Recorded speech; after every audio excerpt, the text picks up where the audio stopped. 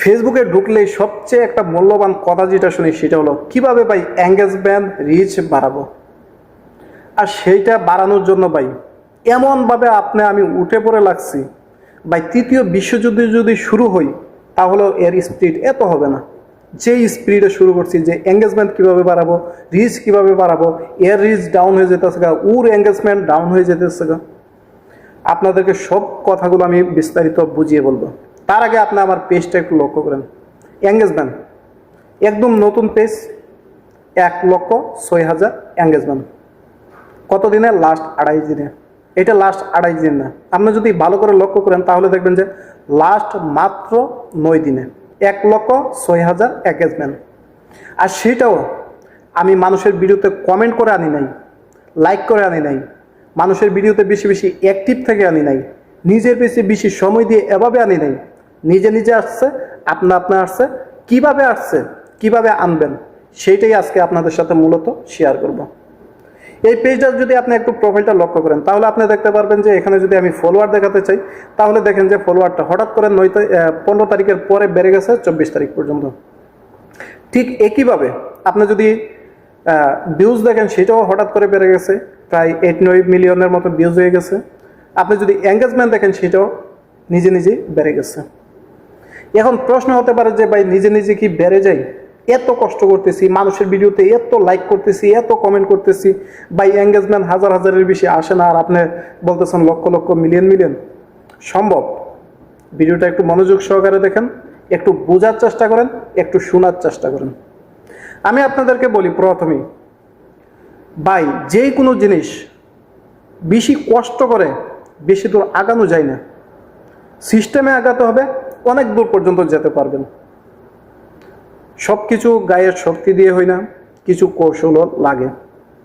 যেমন আমি প্রথমে যে ফেসবুকে কাজ করতে এসে সবচেয়ে মারাত্মক যেটা ভুল করি সেইটা হলো নিজের ঘর না সামলিয়ে অন্যজনের ঘর সামলানোর জন্য উঠে পড়ে লাগি।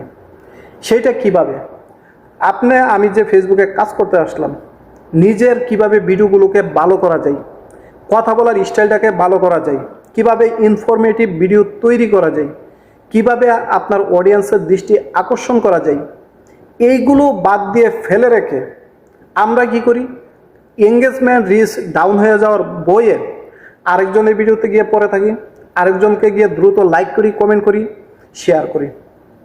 এই যে একটা ভুল, নিজের গড় না সামলিয়ে আরেকজনের গড় সামলানোর কারণে আপনার ভিডিওতে আমার ভিডিওতে এঙ্গেজমেন্ট আসতেছে না, ফলোয়ার আসতেছে না, লাইক আসতেছে না। এখন আগে সবচেয়ে যেটা করতে হবে সেটা হলো নিজের গড়টাকে সামলাতে হবে। সেইটা কিভাবে? সেইটা হলো আপনি যে এতদিন ভুল পথে চলে আসছেন, আপনি দেখেন যে আমার ড্যাশবোর্ডে দুইটা জিনিস দেখতে পাচ্ছেন। একটা হলো আপনার এঙ্গেজমেন্ট আপ ডাউন, আর একটা হলো বরাবর। কেন আপনার এঙ্গেজমেন্টটা বাড়বে? আপনি যদি আরেকজনের ভিডিওতে পড়ে থাকেন, লাইক করেন, শেয়ার করেন, আপনি তো ভাই এখানে কন্টেন্ট ক্রিয়েটার হলেন না, আপনি তো এখানে ফেসবুকে কিছু দিতে আসছেন না, ফেসবুক থেকে নিতে আসছেন, আরেকজনের ভিডিও দেখতে আসছেন। সরাসরি আপনি একজন ফেসবুকার থেকে হয়ে গেলেন একেবারে ভিউয়ার্স। কিভাবে হবে? হবে না, চেঞ্জ করতে হবে। আপনার নিজে সুন্দর সুন্দর ভিডিও তৈরি করতে হবে। যে বিষয়ে দক্ষতা আছে সেই বিষয়ে ভিডিও তৈরি করুন। দুনিয়াতে প্রত্যেকটা মানুষ আলাদা আলাদা একটা করে দক্ষতা থাকে। আপনার যেই দক্ষতাটা আছে, যেটা একটু ভালো বুঝেন, যেটা একটু ভালো পারেন, যে বিষয়ে একটু ভালো সুন্দরভাবে কথা বলতে পারেন, যে বিষয়ে একটু গুছিয়ে গাছিয়ে বোঝাতে পারেন, ওইটা দিয়ে শুরু করেন। ওইটাই আপনার একদিন ভিউজ এনে দিবে, এঙ্গেজমেন্ট এনে দিবে, সব কিছু এনে দিবে। আরেকজনের ভিডিও থেকে আপনি আগাতে পারবেন না। সারাদিন মানুষের ভিডিওতে কমেন্ট করেও আপনি এঙ্গেজমেন্ট বাড়াতে পারবেন না। মানুষকে তেল মেরে কতদিন বাড়াবেন বলেন? নিজে শুরু করতে হবে, নতুনভাবে শুরু করতে হবে। নিজে আগে দেখেন যে আমার যে এই সাম্প্রতি মাত্র 15 তারিখ থেকে 24 তারিখ পর্যন্ত আপনি যদি আমার পেজটা একটু ঘুরেন তাহলে দেখতে পারবেন যে এইখানে অল্প কিছু ভিডিও আপলোড করছি, মানুষের হটকট থেকে বেরিয়ে আসছি, মানুষের লাইক করা, কমেন্ট করা বন্ধ করে দিছি, নিজের রকমভাবে শুরু করতেছি। দেখেন যে এখন কিন্তু ভিউজের অভাব নাই, ফলোয়ারের অভাব নাই, সব কিছু কিন্তু বাড়তেছে।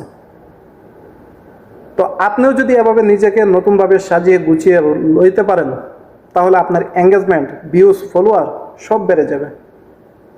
যেহেতু আজকে এঙ্গেজমেন্ট নিয়ে কথা বলতেছি, আপনাকে একজন বুঝালো যে ভাই আপনি যদি আমার ভিডিওতে একটা লাইক করেন, একটা কমেন্ট করেন, একটা শেয়ার করবেন, তাহলে আপনার একটা রিচ বাড়বে, একটা এঙ্গেজমেন্ট বাড়বে, আপনার সাথে আরও একজন অ্যাড হয়ে যাবে, আপনার ভিডিওটা আরেকজনের কাছে যাবে। বন্ডামি বাদ দেন এইগুলো, এভাবে আঁকাতে পারবেন না। সারাদিনে কয়জনটা আপনার লাইক করবেন, শেয়ার করবেন, কয়টা এঙ্গেজমেন্ট আনবেন, কয়টা রিচ আনবেন, বাদ দেন। আপনাকে যেটা করতে হবে সেটা হলো আপনার ভিডিওগুলোকে কিভাবে ভালো করা যায়, কোয়ালিটি ডেভেলপ করা যায়, কিভাবে মানুষের কাছে পৌঁছানো যায়, ওই দিকে ফোকাস করা। একটা ভিডিও মানুষের কাছে পৌঁছাই দেন, এই একটা ভিডিও আপনাকে lakh lakh engagement, views, follower এনে দিবে। আর সেইখানে যারা কমেন্ট করবে তাদেরকে দুই একটা গঠনমূলক কমেন্ট করবেন। আপনার এঙ্গেজমেন্ট, রিচ এগুলো দিয়ে একটুও ভাবতে হবে না, কথা দিলাম। তো নিজেকে নতুনভাবে উপস্থাপন করেন।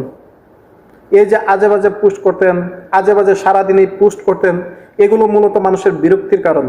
এগুলো দেখে না, এগুলো করবেন না। এগুলো আপনাকে নিজেকে ক্ষতি করতেছে। আপনি পোস্ট করতেছেন, আপনার নিজের ক্ষতি হচ্ছে, আরেকজনের না। সুতরাং এগুলো বন্ধ করেন। আপনি কোথাও যাচ্ছেন, জুমা মুবারক, নামাজ পড়তে যাচ্ছেন, জানানোর দরকার নাই, নিজে নিজেই থাকেন। আপনার যেটা প্রয়োজন জানানোর সেইটা জানান, যেটা মানুষের দেখানোর প্রয়োজন সেইটা দেখান, যেটা দেখলে মানুষের মজা পাবে সেইটা দেখান, যেটা দেখলে আনন্দ পাবে সেইটা দেখান। ফালতু জিনিস দেখিয়ে আপনার পেজটাকে নষ্ট করেন না, এই কেরিয়ারটাকে বরবাদ করেন না। যদি এঙ্গেজমেন্ট বাড়াতে চান, সঠিকভাবে নিয়মিত নিয়ম মেনে কাজ করেন। আপনি যারা নতুন অডিয়েন্স আছেন, আমার পেজটা দেখতেছেন বা ফলো করতেছেন, প্রত্যেকে যদি এই জিনিসগুলো ফলো করেন, আশা করি আপনার ভিউজ, ফলোয়ার্স, এঙ্গেজমেন্ট এগুলোর ক্ষেত্রে কোনো সমস্যা হবে না। এগুলো আপনি যথাসময়ে পেয়ে যাবেন। তাই আগে ঘর সামলান, পরে এগুলোর দিকে ছোটাছুটি করতে পারবেন, বহুত সময় পাবেন। যদি কারোর ভিডিওটা ভালো লেগে থাকে, তাহলে অবশ্যই আশা করি আপনি যদি মেনে চলেন, একজন যদি মেনে চলেন, সেটাই আমার সার্থকতা। সবাইকে ধন্যবাদ।